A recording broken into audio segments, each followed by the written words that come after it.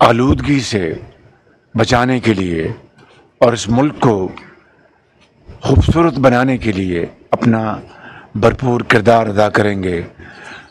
آج بچے بھی یہاں پر موجود ہیں جو اس بات کی گواہی دے رہے ہیں کہ یہ بچے یہ پاکستان کی ایک تابناک مستقبل کی ضمانت ہیں۔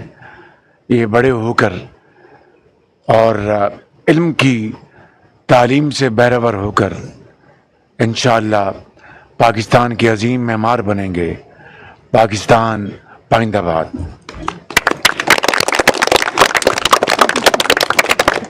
شاباش شاباش شاباش شاباش۔ جو ہے نئی فارسٹ پالیسی ہم اپڈیٹ کر رہے ہیں، پرانی موجود ہے۔ بسم اللہ الرحمن الرحیم۔ میرے پاکستان کے بزرگوں، بھائیوں، بہنوں، وفاقی وزراء، سرکاری افسران، السلام علیکم۔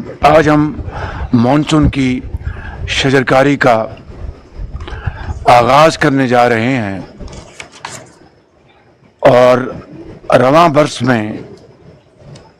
میں نے متعلقہ محکموں کو گزارش کی ہے کہ وہ کم سے کم 10 کروڑ سے زائد پورے پاکستان میں بشمول گلگت بلتستان 10 کروڑ سے زائد درخت لگائے جائیں، جس سے کہ نہ صرف ہمارا خداداد ملک پاکستان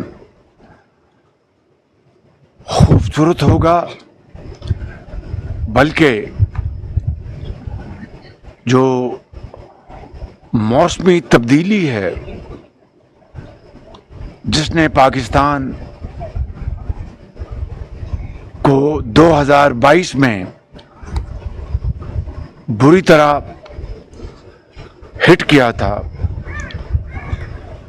اس کو بھی کنٹرول کرنے میں مدد ملے گی۔ فضائی آلودگی میں بہت فرق پڑے گا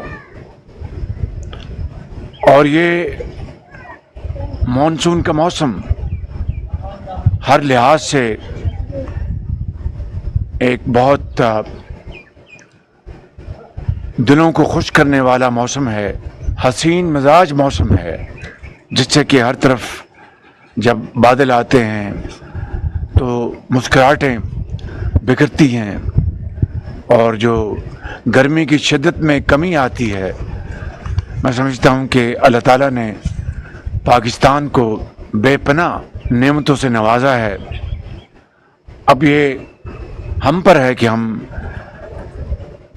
شبانہ روز محنت کر کے ان نعمتوں سے فائدہ اٹھائیں اور اللہ تعالیٰ کے حضور شکر کا سجدہ ادا کریں۔ جتنا بھی شکر ادا کریں وہ کم ہوگا۔ تو آج مانسون کے موسم میں شجر کاری کے آغاز کے اوپر میں آپ سب کو میں مبارکباد پیش کرتا ہوں اور امید کرتا ہوں کہ پورے پاکستان میں